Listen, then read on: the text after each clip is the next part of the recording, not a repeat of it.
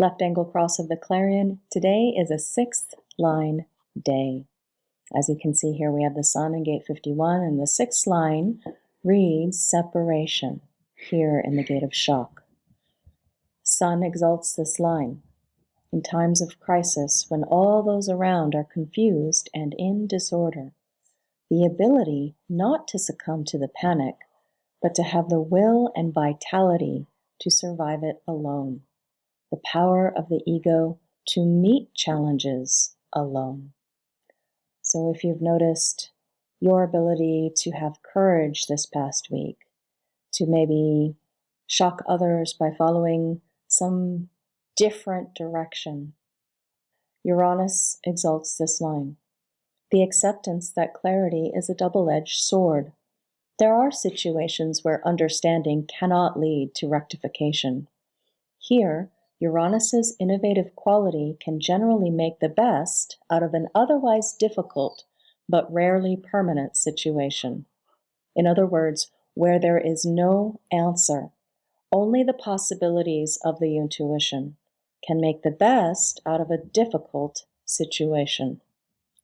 And on the flip side, we can see that Mars detriments this line. When clarity points to a problem one is unable because of circumstances to solve, a tendency to anger and frustration that provokes inevitably futile action. In other words, the possibility that when the intuition cannot solve a problem, a tendency to frustration and anger. So did you notice any frustration and anger in your experience today? Because this is 70% of the energy frequency that this transit is bringing to us. And of course, we still have those two channels. This is the channel of structuring, a design of individuality from genius to freak, where we have the north node in the 5th line of assimilation and the south node in the 5th line of progression. So everybody being conditioned to explain what they know, or see beyond the current circumstances potentially, and structure new insights, genius, brilliant, maybe freak insights, and explain that into the Maya. This throat center is the home of our manifestation, materialization, and the expression out in the external world. So the Maya is expressed and discovered here. Now, the other channel that we have in this transit is the channel of mutation, a design of energy which initiates and fluctuates and operates in a pulse. Those two lines, one of them is the same. The other one has changed since we last visited it, but you can see those two lines are both third lines. This means that they are resonant lines. This means that this is a very powerful force for change currently. This frequency of energy that is designed to put something new out into the world. We have our Mercury communication and thinking, where the third line is survival. Here at difficulty, at the beginning, the gate of ordering. So we're learning, thanks to Mercury, the ability to recognize and distinguish between fertile and sterile in their various manifestations. Now, Pluto specifically detriments this line. The perverse denial of evolutionary standards, an innate contrariness which refuses to mutate. So you can see that that is conjoining our Pluto in this transit. Gate 60, the limitation, the gate of acceptance, where the third line reads conservatism. Either we have the energy to maintain identity and security despite limitations, or energy which ignores limitations and pays the price.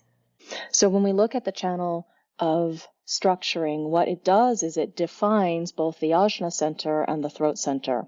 So if you have an ajna center, conceptualization function, that is either open, so not colored in, or it is colored in, but the channel that is creating its definition is red, here's what you might notice.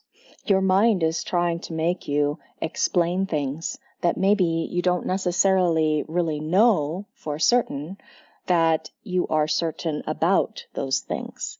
So this 23 happens to be a blurt gate. So if you find yourself blurting all kinds of things and really being mentally defensive, trying to explain what you know and explain what you know, and maybe you have an undefined throat or an unconsciously defined throat, and you're trying to attract attention to what you know because you really are very certain about what you know, and then you make decisions based on what you think you know. That is a recipe for disaster, my friends, for some crisis that the transits are already speaking a little bit to. So remember to come back home to your decision-making strategy, your process of personal authority. Now, if we take a look down here at the sacral center, here we have another individual channel, a very powerful individual channel, and this individual channel can lead one to perhaps leap ahead before one is ready, or take on another thing, or do another thing. This is about the energy, the life force energy that creates in the world, that creates the world. So we have the generator motor that is defined by a channel that is mutative, and it will be an off-on switch. So if you have an unconsciously defined sacral or an undefined sacral, you might notice yourself, your mind, thinking that you have to take a leap forward, get over this limitation. You're feeling really frustrated and stuck, like you're spinning your wheels, cycling your wheels, and not getting anywhere. Because this is the channel that says nothing is happening, what's wrong here, why don't I move forward with this, ahead of this limitation, move forward with this ordering, move forward, get beyond this limitation.